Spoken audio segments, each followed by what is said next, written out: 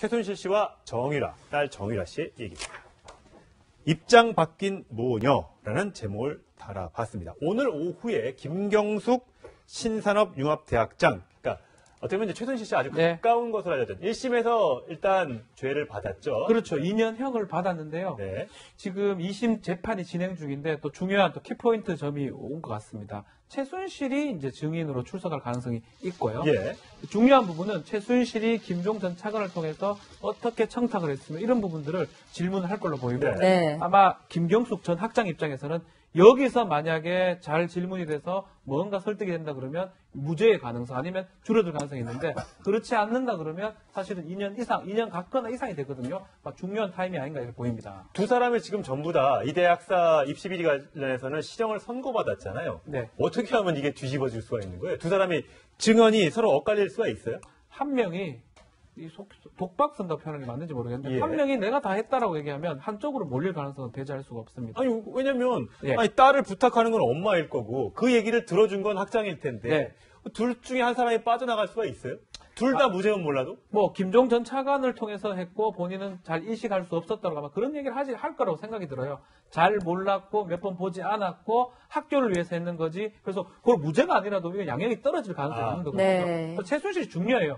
얼만큼 만났고 이제가 드러난 사실은 상당한 관계를 보였었고 김종 차관을 통해서 이게 입학 비리를 시킨 게 맞는데 김경숙 전 학장이 그 중심에 있던 사람인데 본인은 중심에 있는 사람이 아니라는 것을 입증하기 위해서 네. 최순실 증인신문을 할 거고 최순실이 만약에 맞다라고 얘기를 해준다 그러면 형이 줄거나 극단적인 경우는 무죄도 될 수 있다. 그래서 오늘 증인신문이 김경수 전 학장한테 정말 중요하다고 생각이 듭니다. 네, 이 2대 학사비리 재판이 굉장히 오래됐기 때문에 지금 잊어버리셨을 수도 있는데 최순실 씨가 당시 1심에서 정유라 씨를 굉장히 옹호했었잖아요. 그렇죠. 정치적 상황 때문에 승마를 포기해야 했다. 이런 얘기까지 했었는데 네. 최근 이 정유라 씨가 이 삼성 재판에서 엄마를 배신한 이후에도 그런 입장을 유지할지 궁금해요. 저는 개인적으로 그런 입장을 유지할 거라고 봅니다. 엄마니까. 네. 엄마니까.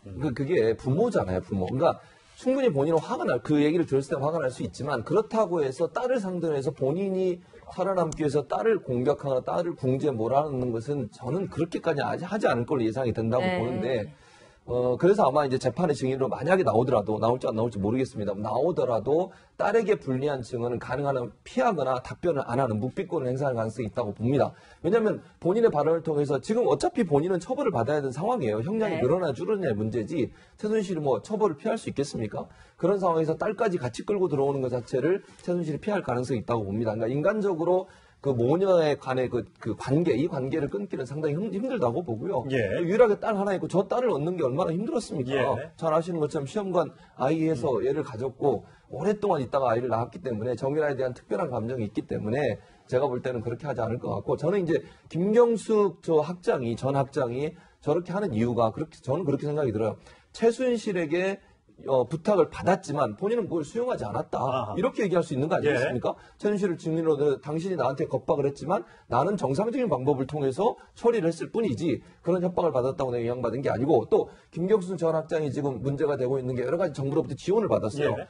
그 프로젝트 지원받고 한 수십억을 지원을 받았거든요. 그게 이 일과 관계없다는 걸 증명해내기 위해서 최순실을 증인으로 부르는 거 아닌가 그런 생각이 듭니다. 예. 정유라는 그동안 엄마지만 이 대학에 들어가고 이런 것들이 전부 다 엄마의 뜻대로 이루어진 일이라고 말을 하곤 했었습니다. 그 목소리 들어보시겠습니다.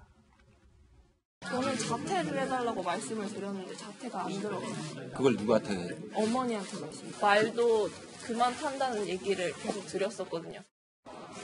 네, 저는 학교를 안 갔기 때문에 입학 취소는 당연히 인정을 하고요. 저는 제 전공이 뭔지도 사실 잘 모르고 저는 한 번도 대학교에 가고 싶어 한 적이 없었기 때문에 저는 입학 취소에 대한 거에 대해서는 드릴 말씀이 없고 죄송합니다.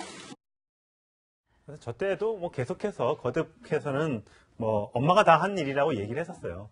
그런데 이제 저 증언 말고도 이제 삼성 이재용 부회장 증언 때에 나가서 결정적으로 이제 엄마에게 불리한 얘기를 하면서 이제 모녀 사이가 틀어진 건데 최진봉 교수의 얘기처럼 모녀 관계, 이 친족 관계를 아무리 그동안 사이가 안 좋았다고 하더라도 끊기가 이제 쉽지는 않겠습니다. 저는 이제 최순실을 보면 요즘 이제 어떤 생각이 드냐면 콧코넛을 보면 콧코넛이 굉장히 딱딱한데 딱 그 빨대가 들어갈 수 있는 약한 부분이 한두 군데가 있잖아요. 예. 근데 아까도 우리가 얘기했지만 박근혜 대통령, 전 대통령이 약간 그런 부분인 게 있고요. 결정적으로 정유라라는 건 그냥 뚝 치면 푹 들어가는 그런 최순실 최순실. 입장에서는. 그래서 법정에서 보면 최순실이 신세한탄을 할 어떤 성격은 아닌데 며칠 전에 펑펑 울었다고 울었죠. 하죠. 네. 그 이유가 정유라가 한 진술이 나에게 불리하게 작용을 한다는 사실 때문이었다고 합니다. 그러니까 최순실의 정유라에 대한 마음은 굉장히 끓는 모정이에요. 그러니까 이제 최순실이 정유라를 볼 때는 얘를 그냥 변호사 없이 그냥 두는 것도 너무나 속상하고 걱정스럽고 그렇지만 정유라가 나에게 불리한 발언을 해서 내가 굉장히 법정으로 이제 구속을 받는 거는 더 한탄스럽고 그러니까 최순실은 너무나 화가 나고 어이가 없고 슬픈 상황이지만 정유라를 버릴 수는 없을 것으로 보이고요. 네. 근데 참 또 인생의 아이러니는 모정에 있는 것 같은데 정유라 또한 자기 자식에 대한 끓는 모정을 가지고 있어서 그렇죠. 엄마가 분리해서 구속이 될지라도 나는 내 아이를 지키겠다라는 결정을 내린 것으로 보이거든요. 그래서 보면은 모든 어떤 진술이 엄마에게 불리할지라도 아이와 내가 있을 수 있는 것을 선택을 하고 있다는 거죠. 이런 것들이 어떻게 보면 참 모정을 다시 한번 생각해 주기도 하면서 국정농단의 어떤 그 마지막 끝이 얼마나 냉정하고 무서운 것인지를 다시 한번 또 보여주는 네. 이 최순실 씨가 법정에서 통곡을 할 정도로 지금 정유라 씨를 생각하고 있는데 그런데 최근 정유라 씨의 생활비가 끊겼다는 얘기가 또 있어요. 근데 생활비 끊겼다는 거는 또 어디서 나온 얘기인지 모르겠어요. 부자입니다. 그리고 네. 생활비 끊겨가지고 집도 절도 없는 게 아니고 미승 빌딩에 지금 살고 있거든요. 예. 아마 많이 쓰던 거를 좀 적게 쓴다고 표현하는 게 맞지 않을까 생각이 들고 또 정윤회 씨가 좀 그 돈을 또 줄 수 있는 상황이고 한두 번씩 왔다 갔다 하고 있다 그러거든요. 네. 뭐 상당히 부자였기 때문에 뭐 다른 어떤 진짜 생활비 끊겨가지고 길에 내단 그런 상황은 절대 아닌 거 혹시 이제 현금이 떨어져서 현금화를 시킬 수 없고 또 부동산을 갖고 있는 걸 처분할 수 없기 때문에 뭔가 진짜 그럴 쉽게- 가능성은 있는데 예. 저는 믿어지지가 않습니다. 예. 네. 저 정도로 한 번 그때 왔을 때도 돈 그래서 수십억 그리고 그때 뭐 노란 금고, 빨간 금고 이런 거 있었잖아요. 네. 그게 지금 어디 있는지도 모르고 그 안에 분명히 현금이 많이 들어 있었다는 그때 증언들도 있었기 때문에 뭐 그럴 가능성도 있지만 생활비가 정말 끊겨가지고 정말 힘든 상황이다.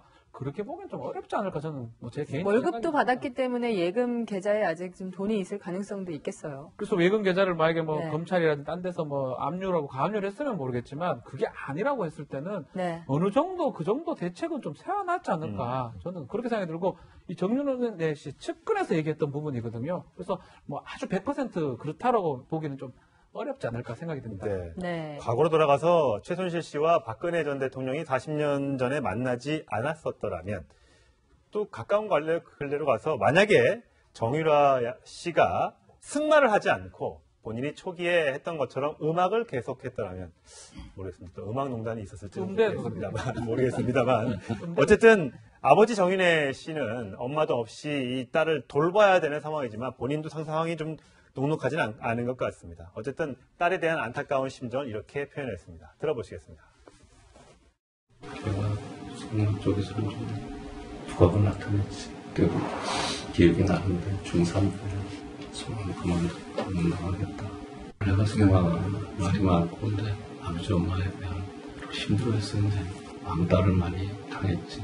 부모가 잘못해갖고 애를 저렇게 만들어 놓은 거 아닌가. 너무 어린 나이에 마음 둘 데가 없습니다. 네. 그런데 정윤회 씨가 최근 미승 빌딩에 오간다는 얘기가 있어요. 네, 정윤회 씨가 몇 번 들락날락 했다는 얘기가 있는데 네. 아무래도 이제 딸이 혼자 두문무출하고 있지 않습니까? 지금 네. 검찰 조사받고 나서 계속 미승 빌딩에 거주하고 있는 것이 알려지고 있고 거의 밖에 나오는 모습이 보이지 않고 있는 네. 상황이에요. 그래서 아버지 입장에서 이제 안타까운 마음으로 찾아가신 것 같고 네. 그 경제적인 문제는 저도 박지용 변호사하고 동의하는 부분이 네. 제가 볼 때는 그 최순실이 숨겨놨을 많은 비자금들이 있지 않겠습니까? 네. 그거를 정유라가 사용할 수 있는 그런 접근이 가능하다고 저는 개인적으로 생각을 해요. 네. 독일에 있을 때도 정유라가 오랫동안 생활하면서 그렇게 도망 다니면서 돈을 충분히 공급받아서 생활했지 않습니까? 네. 근데 지금 와서 돈이 없다, 생활비가 끊겼다. 이거는 제가 볼 때 누가 흘렸는지 모르지만 뭔가 다른 의도를 갖고 흘린 게 아닌가 하는 생각이 들고요. 네. 정유라는 충분히 아까 말씀하신 것처럼 그 금고든지 아니면 또 은행이나 다른 곳에 숨겨져 있는 다른 최순실이 그 전에 숨겨놨던 많은 돈들에 대해서 접근 가능한 네. 그런 위치에 있을 가능성이 있어서 제가 볼 때는 생활이 어려울 정도의 그런 어려움을 겪고 있다고 생각되지 않습니다. 네. 그런데 만약에 정윤회 씨가 정유라 씨를 만난다면 제가 과거에 이 정윤회 씨가 이경재 변호사를 선임한 적이 있어요. 네. 그렇게 서로 알 텐데 지금 연락이 끊긴 이경재 변호사와 정유라 씨 사이에 또 좀 중간다리가 되어줄 수 있지 않을까 이런 생각도 드네요. 그런데 이경재 변호사 입장에서는 네. 지금 사임계를 제출한 상태고 예. 본인이 몇 번 여러 번 접근하려고 시도하고 전화도 했지만 안 받았지 않습니까? 네. 그런 상황에서 이경재 변호사가 다시 변호를 만든다는 건 제가 볼 때 좀 어려울 것 같고요. 왜냐하면 이경재 변호사 입장에서는 도와주려고 했는데 본인이 뒤통수를 맞은 상황이 네. 되어버렸으니까. 뒤에 이경재 변호사가 따라오고 그렇죠. 있는 네. 모습이 보이거든요. 그러니까 이제 네. 최순실 씨의 변호는 열심히 하고 있지만 네. 원래는 둘 다 정유라 최순실의 재판에 변호를 다 맡았었는데 정유라가 지금 배신을 하고 본인의 뒤통수를 쳤다는 것 때문에 이경재 변호사는 상당히 화가 난 상태이기 때문에 네. 제가 볼 때는 다시 가기는 어렵지 않겠나 생각합니다. 이경재 변호사가 여러 재판을 지금 하고 있는데 가장 성과를 냈던 부분이 정유라 구속영장을 기각시킨 겁니다. 네.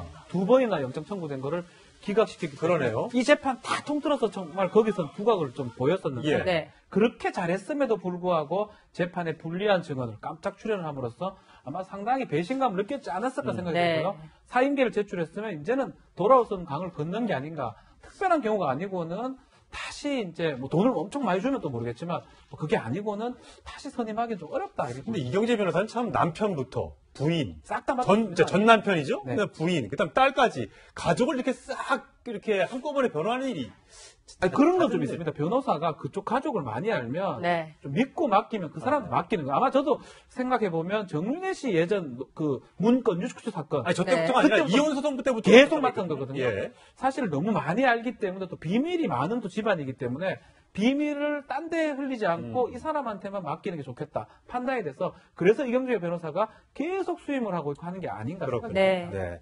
자, 국정농단 사건 계속되고 있습니다. 제가 매일매일 소개를 해드리고 있습니다.